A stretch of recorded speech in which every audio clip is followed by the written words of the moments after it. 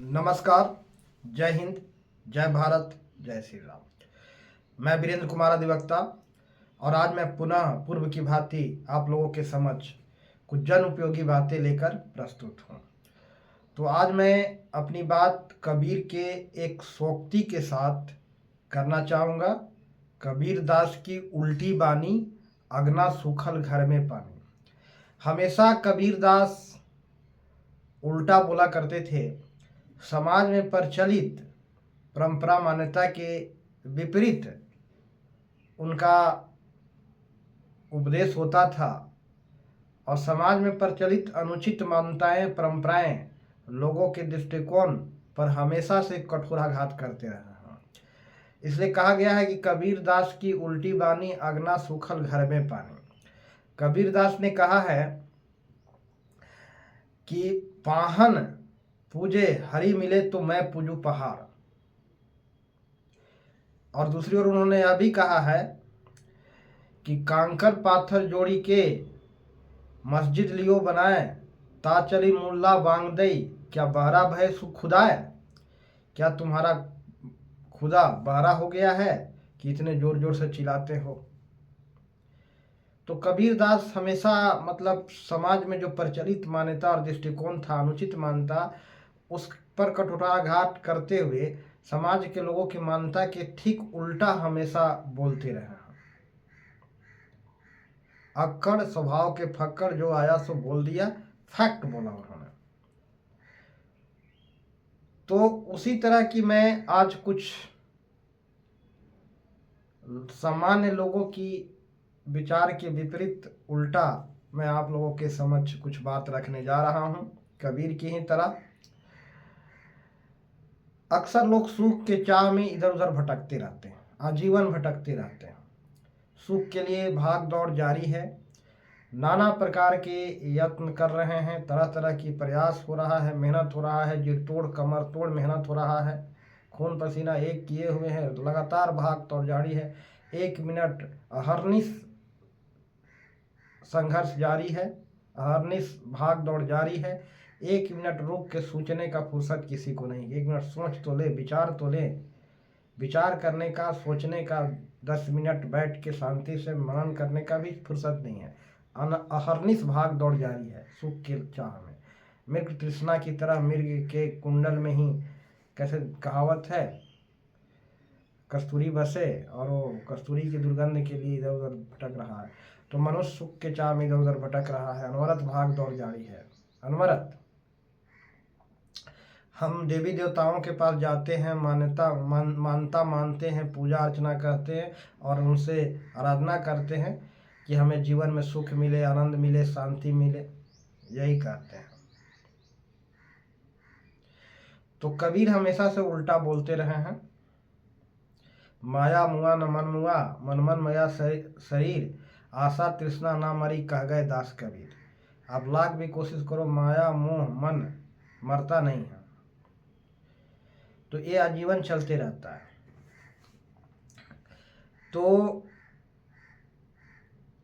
अक्सर लोग कहते हैं कि भगवान के पास हम जाते हैं, पूजा अर्चना करते हैं, कुछ मांगते हैं, सुख मांगते हैं, शांति मांगते हैं, लेकिन वास्तविकता यही है, झूठा और कोरा उपदेश पर ना जाए, झूठा और कोरा उपदेश को ना सुने और ना ही उस पर विश्वास रखे। ऐसे अनेकों गुरु मिल जाएंगे, अनेकों प्रवचनकर्ता मिल जाएंगे जो झूठी छूटी बातें लोगों को मान में देते रहेंगे और किसी के जीवन के एक पक्ष को सामने रख करके फिर अपना जो है लोगों को सामने किसी महापुरुष के जीवन के एक ही पक्ष के बात सामने रखते हैं और अपना रोटी सेकते हैं। इसलिए झूठा उपदेश पर मत जाए, वास्तविकता पर आस्था रखे, विश्वास रखे और उपदेशकों को न सुने, अपनी दिल की अपनी मन की अनुसार काम करें। दुख जीवन में अनिवार्य है। बुद्ध ने कहा कि दुख जीवन में अनिवार्य है। जब तक जियोगे तब तक दुख का सामना करना पड़ेगा। तनाव से मुक्ति नहीं होगा। तनाव सुख दुख सापेक्षिक है। सापेक्षता का मतलब है कि एक दूसरे से तुलना करके ही हम दूसरे को समझ सकते हैं। तो खैर इस पर मैं विस्तार से बात करूंगा। मोटे तौर पर मैं यही कहना चाहूँगा कि जीवन में आजीवन दुख बना रहता है, अशांति बनी रहती है, और इसे झेलते हुए जीवन जीना पड़ता है। हर कोई को जीना पड़ा है, चाहे राम हो, चाहे कृष्ण हो, चाहे महात्मा बुद्ध हो, चाहे वर्धमान महावीर हो। बुद्ध के जीवन में केवल कठिनाइयाँ ही कठिनाइयाँ रहा है, लेकिन हम उनके एक पक्षीय चीज को देखते हैं। जीवन में किसी क्षण शांति का अनुभव किया होगा उन्होंने, और फिर उसको उजागर करके कुछ लोगों के सामने केवल उन पक्षीय रखते हैं कि देखिए जीवन में कितना शांति से जीते थे, सुख से जीते थे। ऐसा नहीं है।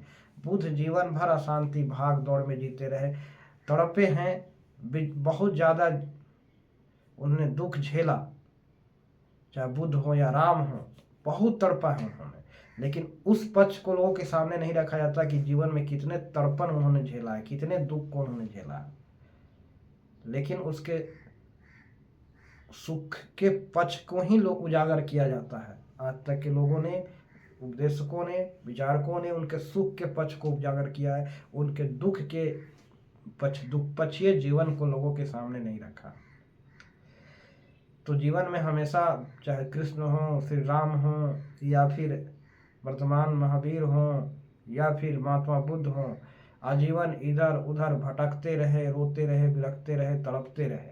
और इस तड़पन को किसी ने नहीं उजागर किया, किसी ने प्रस्तुत नहीं किया, किसी ने उस तड़पन पर उनके तड़पन पर प्रकाश नहीं डाला, केवल एक पक्षीय बात लोगों के सामने रखा। तो हर किसी के जीवन में दुख अनिवार्य है, आता ही है और आता रहेगा। तो जब भी भगवान के पास जाए, मैं कबीर की तरह बात कर रहा हूँ, कबीर की भांति ही मैं उल्टा बोलूँगा, कुछ लोगों को थोड़ा अच्छा नहीं लगेगा। तो भगवान के पास जाए तो यही कहें कि आज का दिन मेरे लिए कोई एक समस्या खड़ा करो, कोई एक दुख उपस्थित कर दो, यही प्रार्थना करें। जीवन में ईश्वर से यही प्रार्थना करें कि एक दुख, एक समस्या हमारे सामने हमेशा खड़ा रखे, क्योंकि यही वो रास्ता है जहाँ हम जीवन गुजार सकते हैं, और हम यही वो चीज़ है जो हमें सुख का अनुभव कराएगा। अर्थात कि एक समस्या, एक दुख की परिस्थितियाँ हमेशा उपस्थित रहे, और इस परिस्थितियों के मौजूदगी हमेशा बना रहे। इसी चीज़ की प्रार्थना ईश्वर से करें, यही मांग ईश्वर से करें, तब जीवन में कुछ क्षण सुखद परिस्थितियों का अनुभूति होगा, अन्यथा नहीं होगा। तो सुख का ही मांग करें, दुख का ही मांग करें, सुख का नहीं। हमेशा भगवान के सामने जाएं और दुख का ही मांग करें। एक दुखद परिस्थितियों लोगों की मांग करें ईश्वर से, यही प्रार्थना करें कि हर दिन एक दुखद परिस्थितियाँ, एक समस्या हमारे सामने खड़ा करें, जिसका समाधान करने के लिए हम संघर्ष करें। तो इन्हीं कुछ शब्दों के साथ अपने वाणी को विराम देना चाहूँगा, और अंत में तमाम दर्शकों को मैं प्यार भरा नमस्कार बोलना चाहूँगा। सभी को प्यार भरा नमस्कार। जय हिंद, जय भारत, जय श्री राम।